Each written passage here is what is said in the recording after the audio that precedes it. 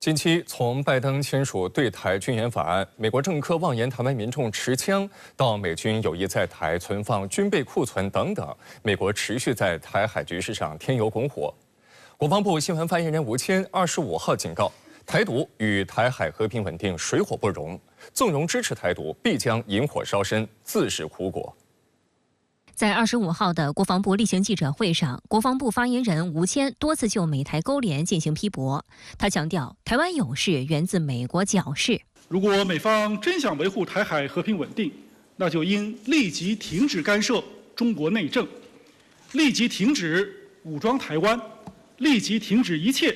美台官方往来和军事联系。当地时间4月24号，美国总统拜登签署了总价值为950亿美元的4项支出法案，其中有81亿美元将用于在台湾地区和印太地区。具体来看，美国向印太地区提供的81亿美元支出中，20亿美元用于为台湾地区和其他主要盟友提供军事资助，19亿美元用于补充台湾地区和地区伙伴的防务项目和服务。美国众议院议长约翰逊在援助法案通过后发表讲话称，我们宁愿把子弹送到海外的冲突中，也不愿把我们自己的孩子或军队送到海外。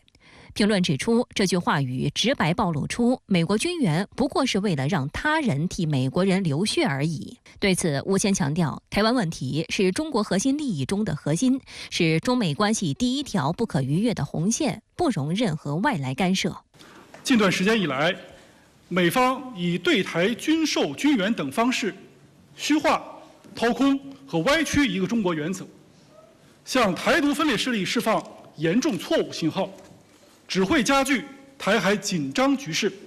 严重破坏台海和平稳定。台独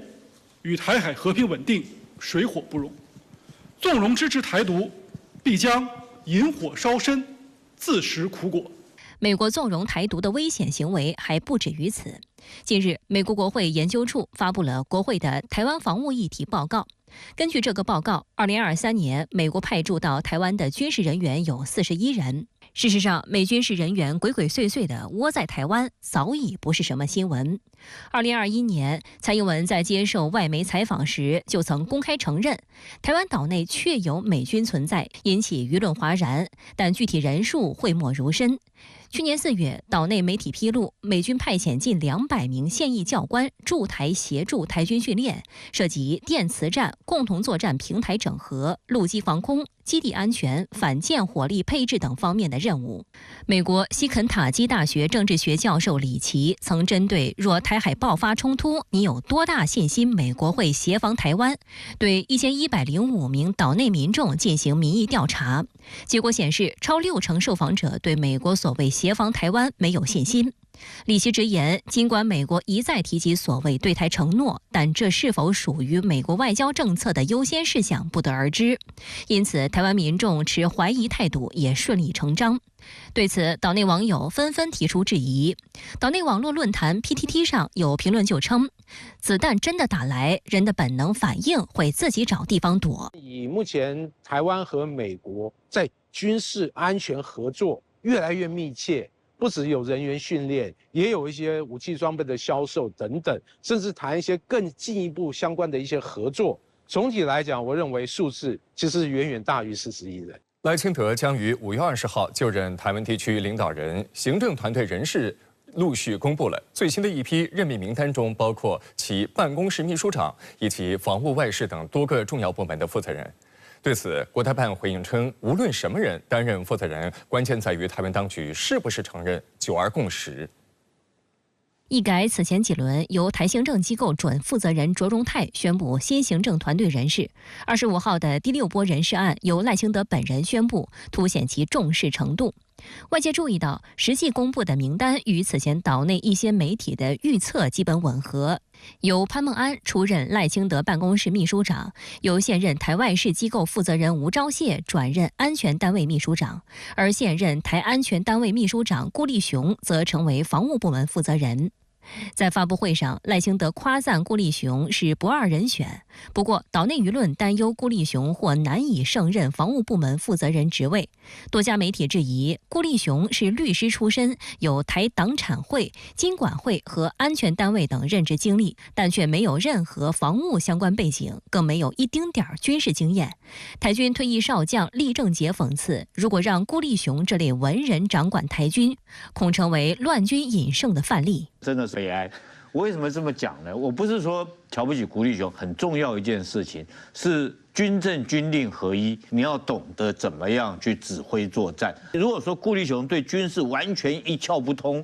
我跟你讲，那军队叫他去指挥哦，那叫做乱军引胜。而对于外界关注的台外事部门负责人，岛内媒体报道称，在赖清德3次恳谈后，现任蔡英文办公室秘书长的林佳龙终于点头接任。还有媒体曝光内幕消息称，在得知赖清德要找林佳龙担任该职时，蔡英文都吓一跳。